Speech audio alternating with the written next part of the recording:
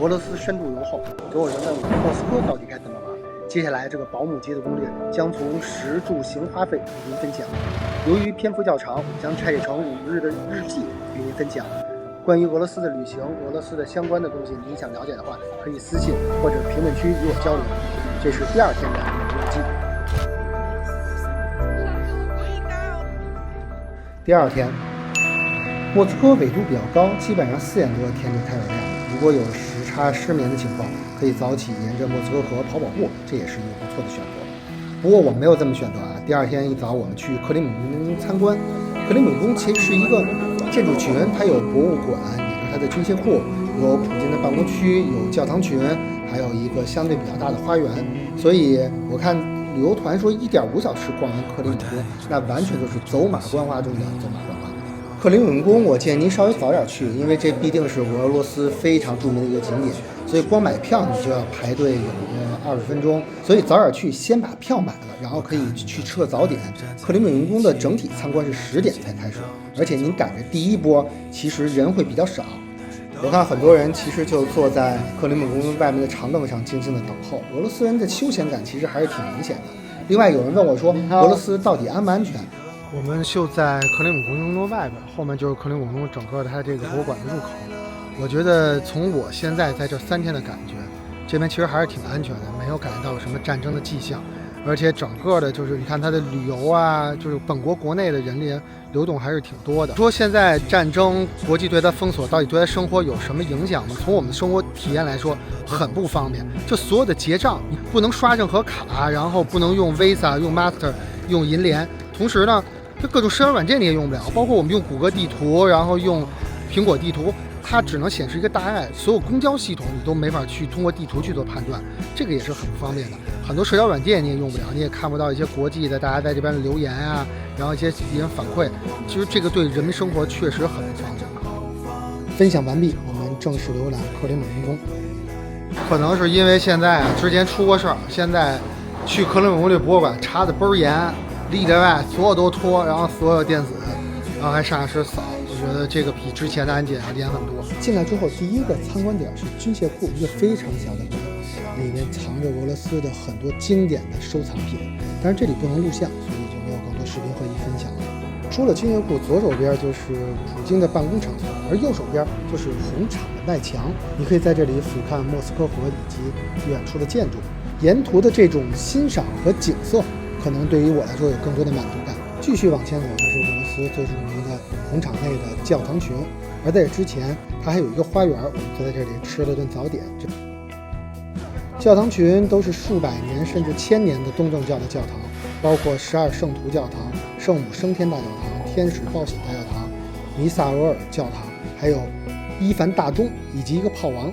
喜欢历史的人可以一一查一查，这个东西真的讲的太多了。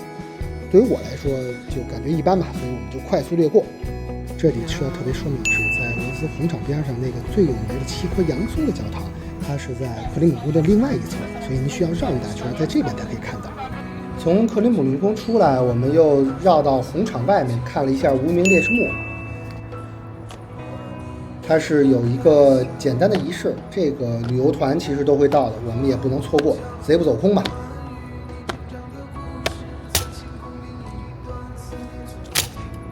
红场再往前，我们就到了莫斯科国家百货商店，这就是一个100年历史的建筑，它里面是一个错落有层次的结构，特别适合打卡和拍照。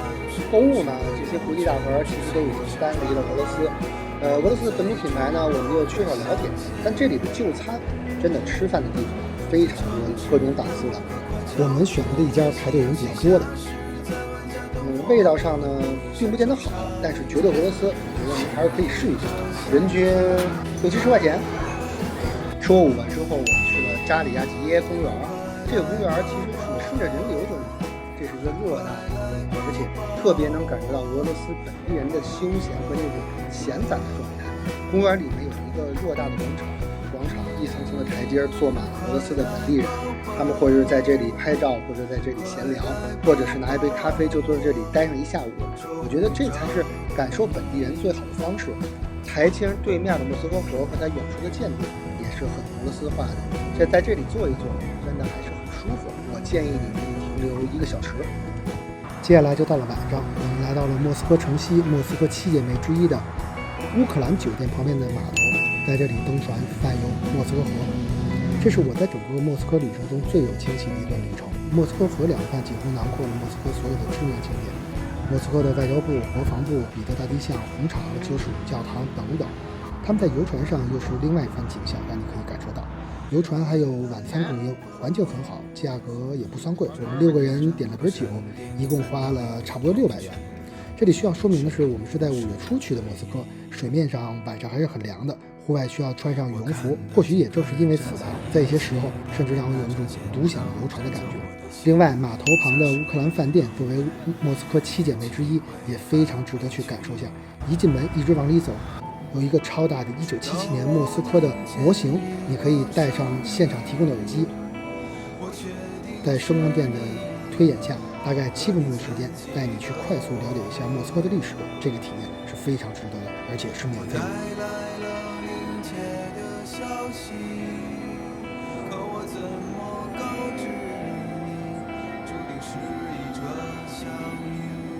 第2天行程基本就到此结束了。如果您还是有精力的话，可以坐莫斯科的地铁，也有些地铁站会有标志性的建筑可以让你去打卡，而且在地铁晚上1点多才关，所以留给你在莫斯科旅游时间非常长。后面关于莫斯科、关于俄罗斯的相关旅行，我们会继续分享。下一期是第3天，也欢迎你在评论区留言或者私信给我，我可以回答你各种问题，也可以在群里继续交流。